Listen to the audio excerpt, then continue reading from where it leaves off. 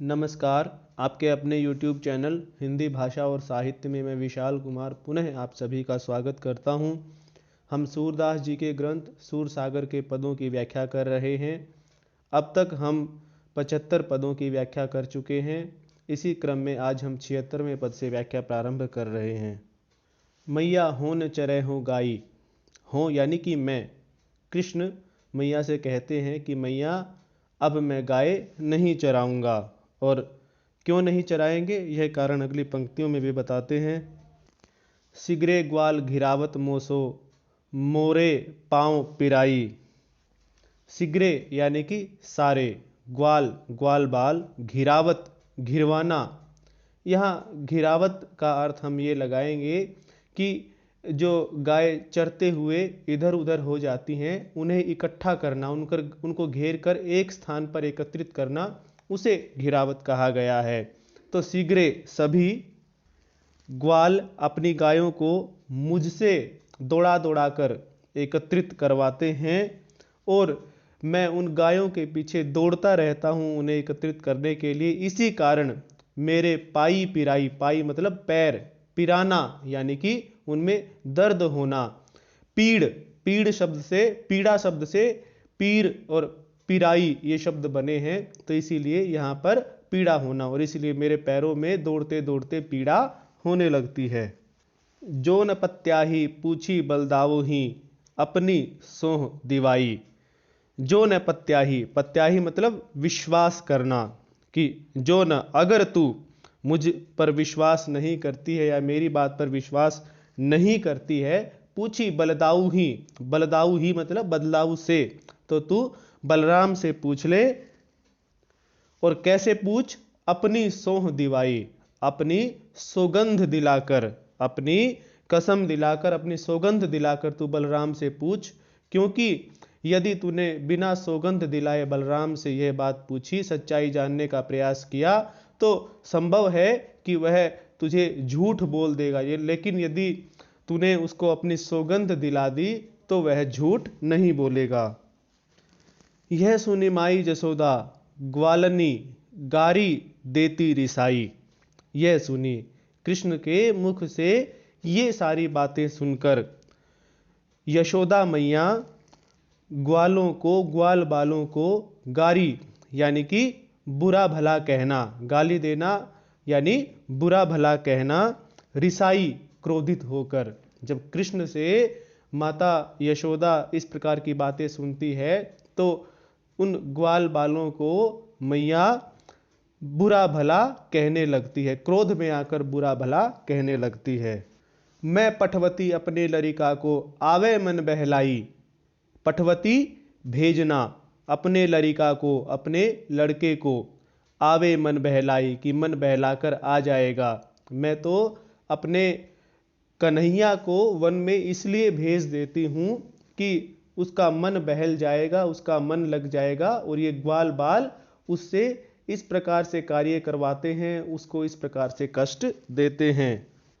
सूर श्याम मेरो अति बालक मारत ताही रिकाई।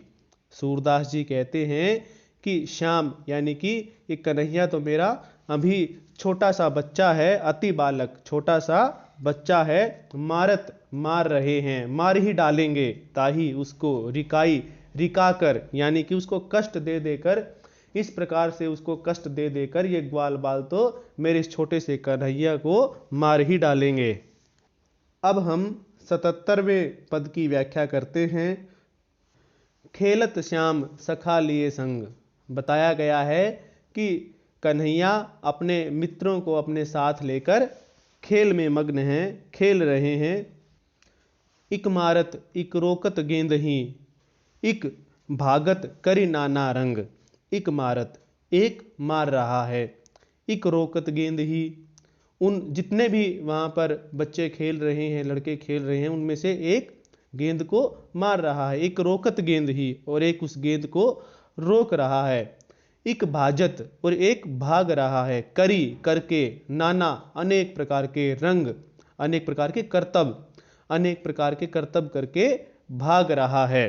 तो कहने का भाव यह है कि जिस प्रकार से बच्चे एक दूसरे को गेंद मारने का जो खेल खेलते हैं उसमें एक बच्चा दूसरे बच्चे को गेंद मार रहा है, दूसरा बच्चा उस गेंद को रोक रहा है और एक गेंद न लग जाए इस भय से अनेक तरह के करतब करता हुआ भाग रहा है।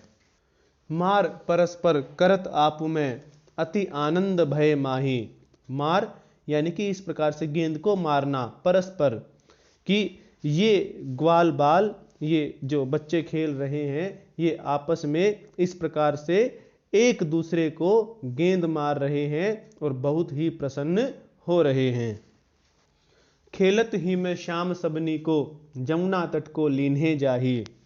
खेलत ही में, खेल खेल में, श्याम सब ही को, कृष्ण सब को जमुना तट लीन्हे जाही, यमुना तट पर ले गए। खेलते खेलते कृष्ण ने कुछ ऐसा किया कि वे सभी को यमुना तट पर ले गए। मारी भजत जो जाही ताही सो मारत लेत आपनो दाऊ।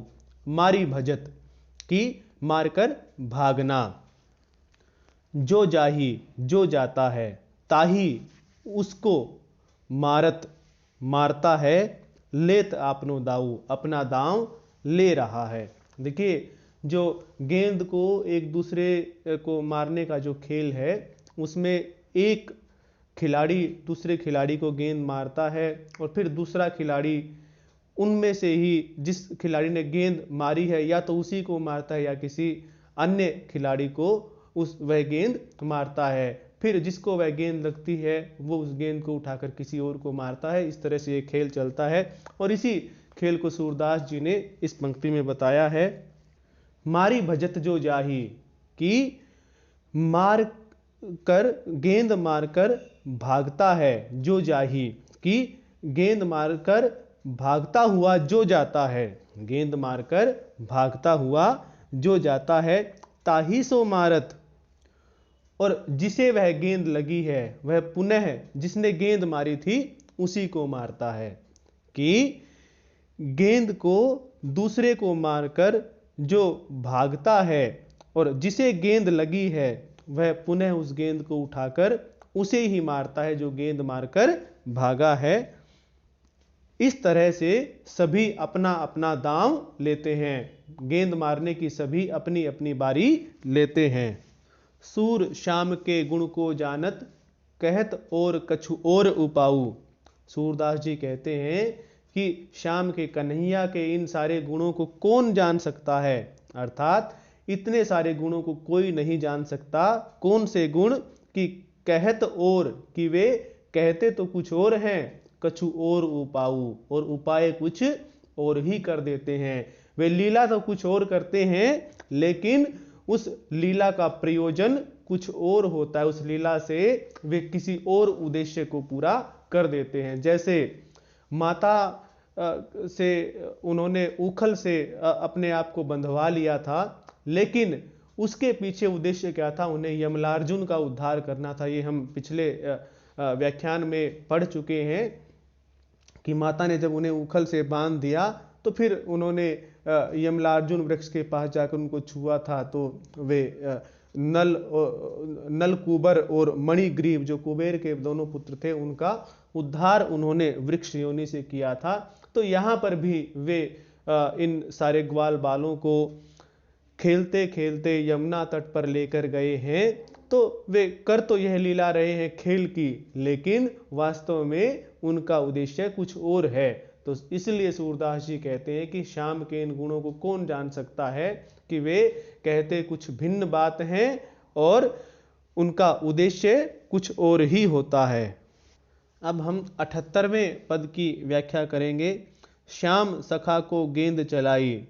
कृष्ण ने अपने किसी मित्र पर गेंद चलाई, अर्थात कृष्ण ने अपने किसी मित्र को गेंद मारी। वो खेल चल रहा है, उसी खेल में कृष्ण ने अपना दाम लिया और अपने किसी मित्र को गेंद मारी। श्री दामा मुरी अंग बचायो, गेंद परी काली दह जाई।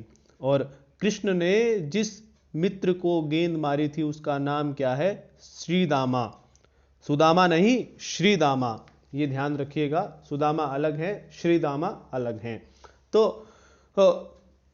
श्रीदामा को कृष्ण ने गेंद मारी, लेकिन उसने मुरी, मुड़कर अंग बचायो, अपने शरीर के अंगों को बचा लिया। उसने अपने शरीर के अंगों को मोड़ लिया, अपने शरीर को इस भांति मोड़ लिया कि उसके शरीर पर वह गेंद नहीं लगी।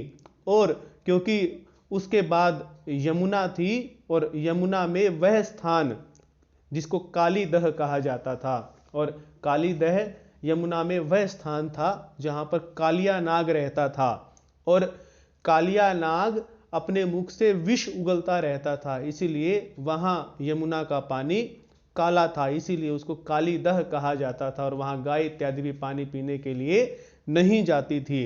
तो गेंद यमुना के उस स्थान में गेंद परी कालीदह जाई, वह गेंद कालीदह में जाकर गिर गई। धाई गही तब फेंट श्याम की, देहुन मेरी गेंद मंगाई। कि धाई दौड़कर, गही पकड़ लिया, फेंट श्याम की, फेंट कहते हैं कमर में जो एक ग्वाल बाल इत्यादि एक फटका बांधते हैं, कमर में एक कपड़ा बांधते हैं, तो उसको फेंट कहा जाता है।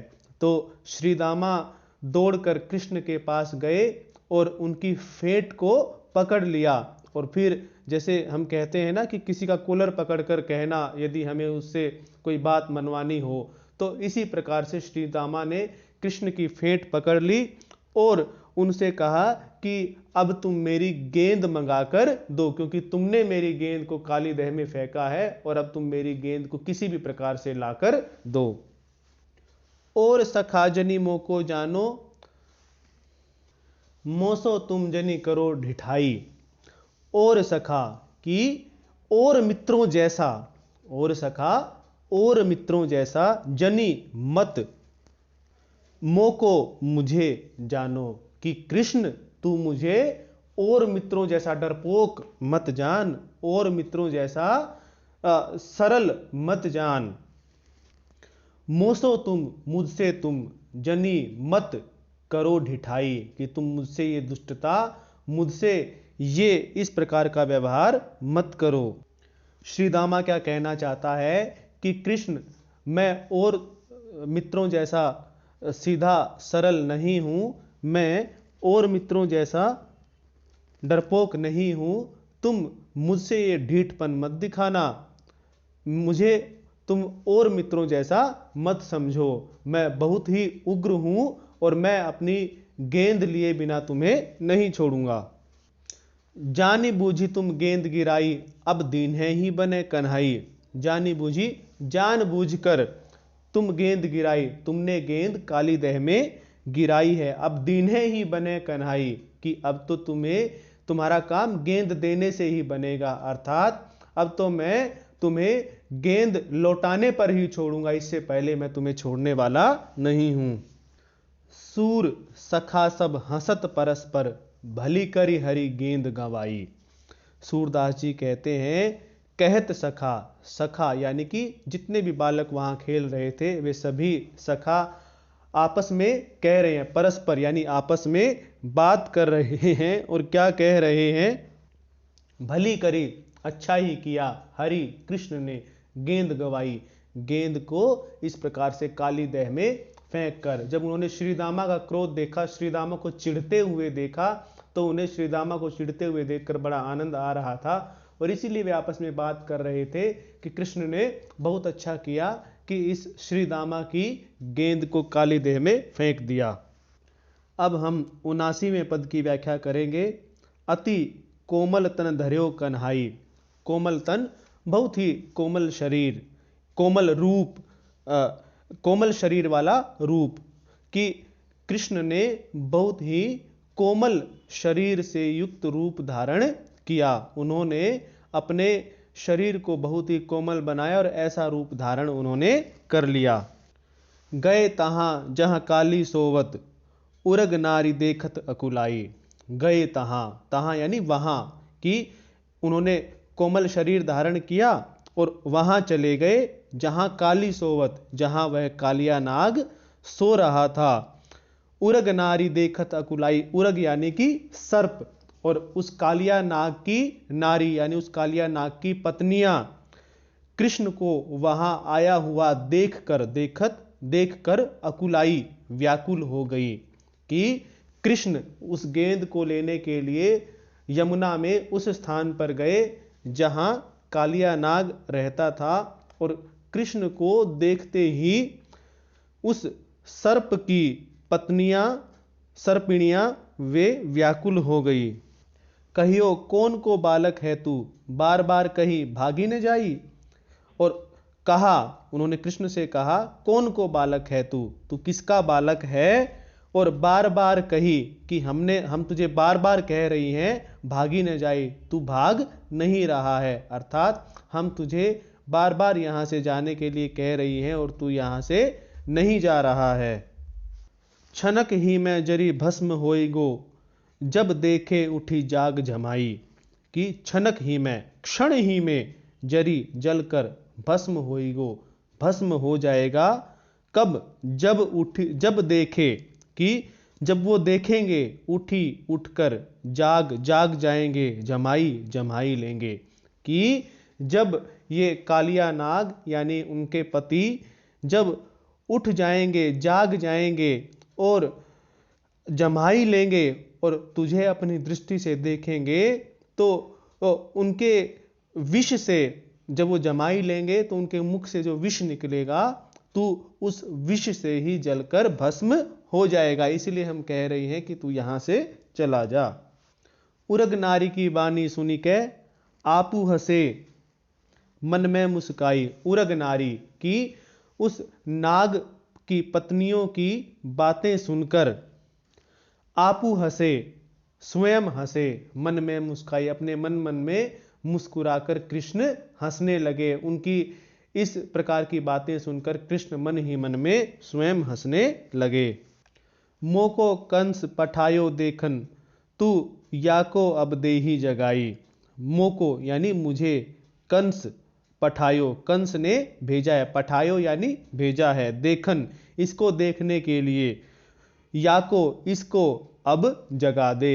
कृष्ण नाग की पत्नी से कहते हैं कि मुझे कंस ने इसे देखने के लिए भेजा है, अब तू इसको जगा दे।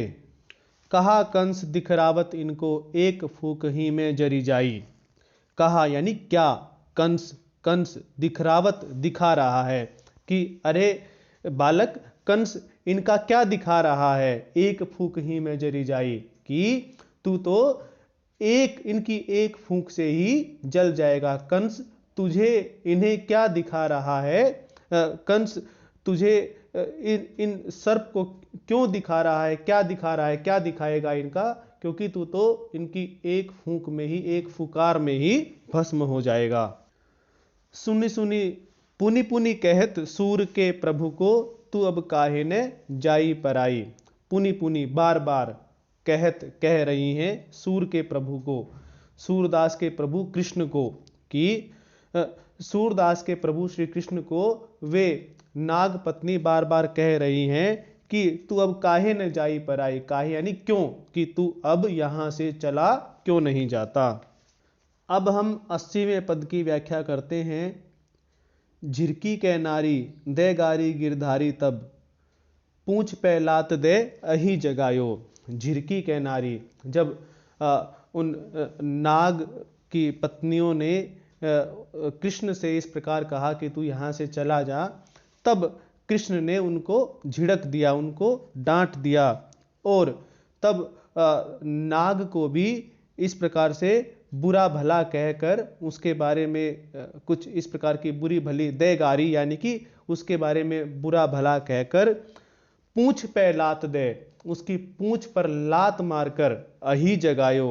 अही यानी कि सर्प, उस कालिया नाग को जगा दिया। जब नाग पत्नी ने उस नाग को नहीं जगाया तो कृष्ण ने स्वयं ही उसकी पूंछ पर लात मारकर उसे जगा दिया। उठ्यो अकुलाई डर पाई खगराई को, देखी बालक गर्भ अति बढ़ी आयो। उठ्यो अकुलाई, जैसे ही कृष्ण ने उस कालिया नाग की पूंछ पर लात मारी तो वह व्याकुल होकर उठ गया। डर पाई खगराई को, डर पाई यानी भयभीत हो गया, खगराई को, कि खगराई कहते हैं गरुड़ को, क्योंकि वह पक्षियों का राजा माना जाता है, इसलिए उसको खगराई कहते हैं। तो क्योंकि कालिया नाग गरुड़ से डरकर ही यमुना में इस स्थान पर रहता था। उसे एक इस प्रकार का वरदान मिला हुआ था कि इस स्थान पर गरुड़ उसका कुछ भी नहीं बिगाड़ सकता। तो वो गरुड़ से हमेशा भयभीत रहता था और उसने सोचा कि कहीं गरुड़ ही उसको मारने के लिए यहाँ पर न आ गया हो। तो गरुड़ के भय से वह भयभीत हो गया। लेकिन जब उसने सामने देखी बालक कि जब उसने सामने एक छोटे से बालक को देखा तो गर्व अति बढ़ आयो, तो उसके मन में बहुत अधिक अहंकार बढ़ गया। क्योंकि यदि गरुड़ सामने होता तो वह भयभीत हो जाता, उससे डरता, लेकिन उसने देखा कि सामने तो छोटा सा बच्चा है, तो उसके मन में बहुत अधिक अहंकार बढ़ गया। पूंछ लीनी झटकी धरनी सो गही पटकी, पूंछ लीनी झटकी। और जैसे ही उसके मन में गर्व बढ़ाया और उसने देखा कि ये बालक है मेरे सामने, तो उसके ऊपर आक्रमण करने के लिए वो तैयार हो गया। पूंछ लीनी झटकी, उसने अपनी पूंछ को बड़ी जोर से झटका मारकर उसे धरती पर पटक दिया। धरनी सो पटकी यानी धरती पर पटक दिया। उसने अपनी पूंछ को बड़ी जोर के झटके के साथ धरती पर पटक कर दे मारा। फूंकरियो और लटकी क्रोध फूले, क्रोध फूले यानी कि क्रोध से भर गया। फूंकरियो, फुफकारने लगा, जिस प्रकार से सांप फुफकारते हैं जब उनको क्रोध आता है, तो वह जो कालिया नाग है वह भी क्रोध से भरकर बड़ी जोर जोर से फुफकारने लगा।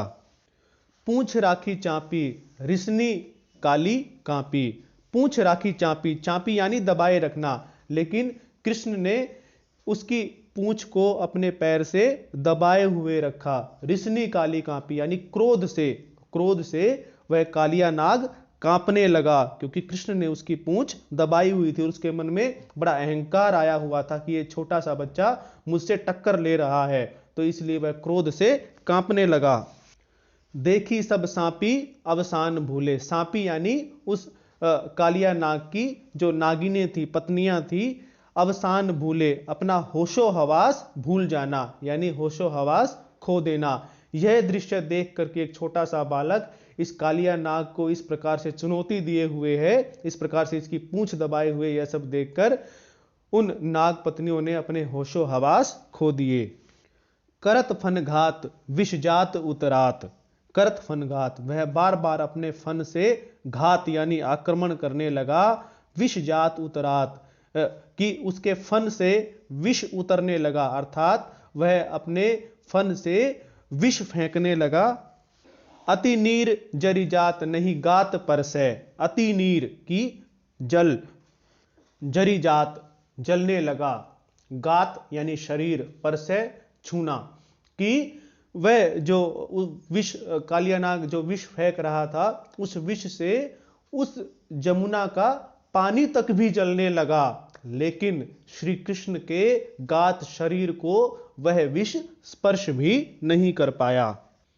सूर के श्याम प्रभु लोक अभिराम, सूरदास जी कहते हैं कि वो जो मेरे श्याम हैं, लोक यानी संसार में अभिराम सुंदर, कि संसार में सबसे सुंदर उन मेरे प्रभु श्याम को बिनु जाने अहिराज विष ज्वाल बरसै, बिनु जाने, उनको बिना जाने ही, उनके महत्व को बिना जाने ही अहिराज सर्पों का राजा वह कालिया नाग विष ज्वाल, विष की ज्वाला बरसे, बरसाने लगा, कि वह जो कालिया नाग है वह अभी भी उन कृष्ण को एक सामान्य बालक ही समझता है और उनके इस महत्व को, उनकी महिमा को जाने बिना ही वह उन पर विष की ज्वाला, विष की अग्नि बरसाने लगा। यह हमने 76 से 80 तक के पदों की व्याख्या की है। धन्यवाद।